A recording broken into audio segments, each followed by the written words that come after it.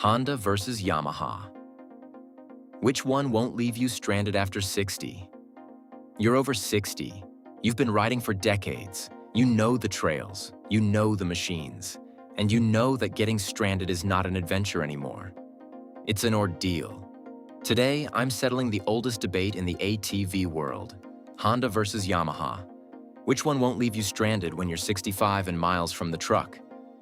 I'm going to compare them head-to-head on the things that matter most to senior riders: reliability, transmission design, ride comfort, power steering, cold starting, and the real-world experience of owners who have put thousands of miles on both.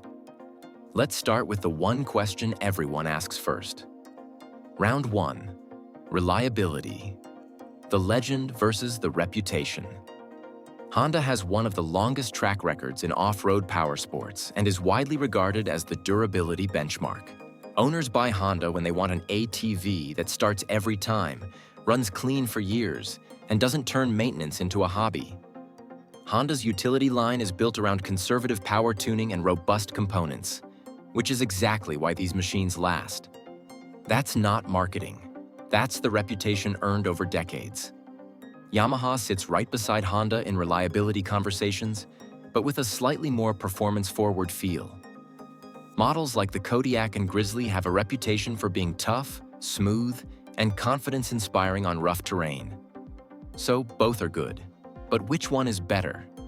Here's what real owners say.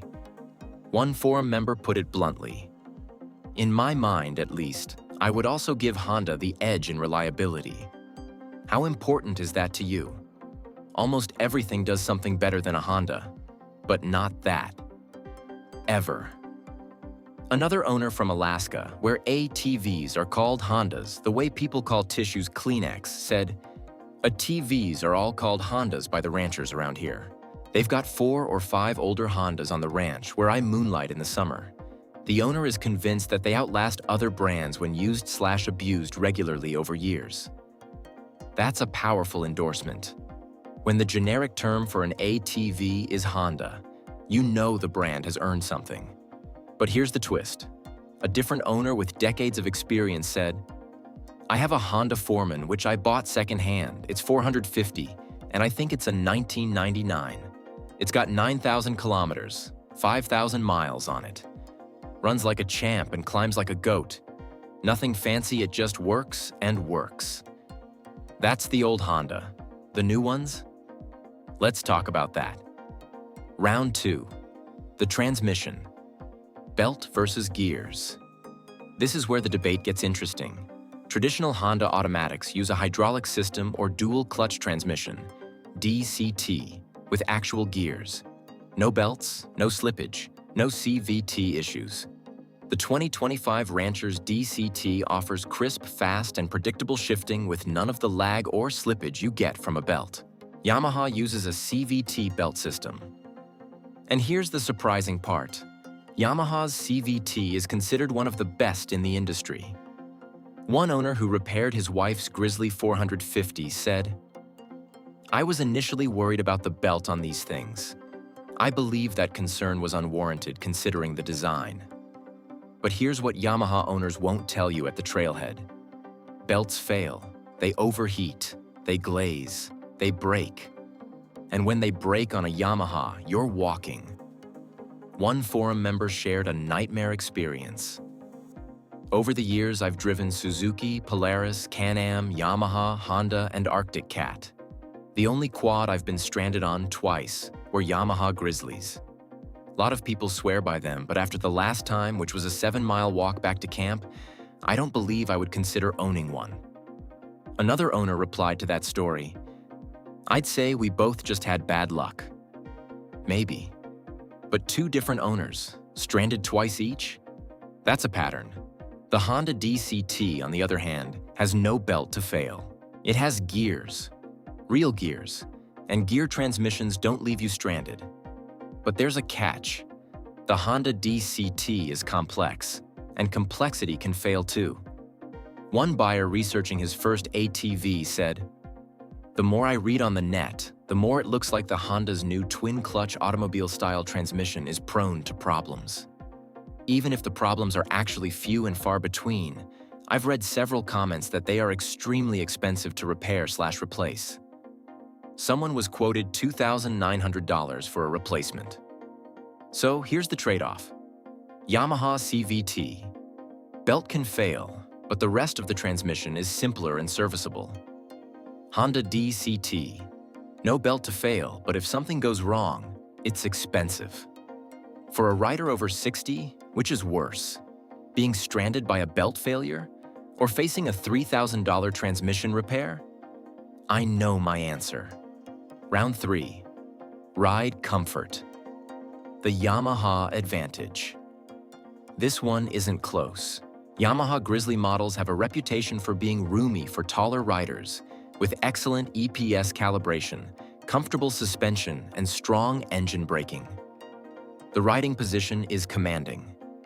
The suspension soaks up bumps that would rattle your teeth on a Honda. Honda Rancher models? The ride is firmer. One owner who switched from Honda to Yamaha said, "The Yamahas definitely are more comfortable. They are my first choice." Another owner with both brands was even more direct. "The Grizz will ride a ton better than your Ruby." For a senior rider with a bad back or sore knees, this matters a lot. You can have the most reliable machine in the world. If it beats you up every ride, you won't ride it. Yamaha wins this round, hands down. Round 4, power steering, the great equalizer. Electric power steering, EPS, is not a luxury for riders over 60. It's a necessity. Both Honda and Yamaha offer EPS on their higher trims. But there are differences. The Yamaha Grizzly's EPS is excellent with predictable calibration. Honda's EPS is reliable and reduces fatigue, especially in rough terrain. One owner choosing between the two said, "The thing that really grabs my attention on the Yami 700 is the power steering. Should really make for an enjoyable ride." But here's a historical footnote. In 2008, Honda recalled 1,400 TRX 500 ATVs because the electric power steering shaft could break unexpectedly, resulting in the riders losing steering control. That was almost 20 years ago. Honda has fixed it. But it's worth knowing that EPS failures can happen. For most senior riders, EPS is a must-have regardless of brand. But if you're choosing between a Honda without EPS and a Yamaha with EPS, take the Yamaha. Your hands will thank you. Round 5, cold starting. Yamaha's weakness. This one surprised me. An owner from Alaska, where minus 30-degree temperatures are common, reported, "Honda's EFI engines don't seem to be set up for operation, or starting anyway, in deep cold." But here's the other side. The same owner's Yamaha Grizzly had a different cold weather problem. In the cold, the crankcase breather iced up. It was minus 30 when any ATV has these problems. That caused a pressure buildup in the crankcase. A seal blew out, pouring oil into the clutches and eventually smoking the belt. So both have cold weather issues. But the Yamaha's problem led to a blown seal and a destroyed belt. The Honda's problem? Just hard starting. If you ride in extreme cold, factor this in. Round 6, maintenance and oil requirements. Here's a detail most buyers miss. Honda presently specifies only motorcycle-rated oil, where automotive oils were okay in older models as well as current Yamaha and Suzuki ATVs. That means Honda owners have to buy more expensive specialty oil. Yamaha owners can use standard automotive oil. Over years of ownership, that adds up. Also, working on a Yamaha is apparently more straightforward. The same owner who repaired his Grizzly said, "The fix allowed me to see how well Yamaha has engineered these machines. Everything was easily done correctly without splitting the engine. All I had to do was pull covers off." Try that on a modern Honda with DCT. Not so simple. The verdict. Which one won't leave you stranded? Here's my honest answer after reading hundreds of owner experiences and comparing the data. For pure, absolute, no excuses reliability, Honda still has the edge. The reputation is earned. The machines are overbuilt. The transmissions don't eat belts. When a senior rider says, "I just want it to start every time," Honda is the answer. But here's the nuance. This applies to older Hondas.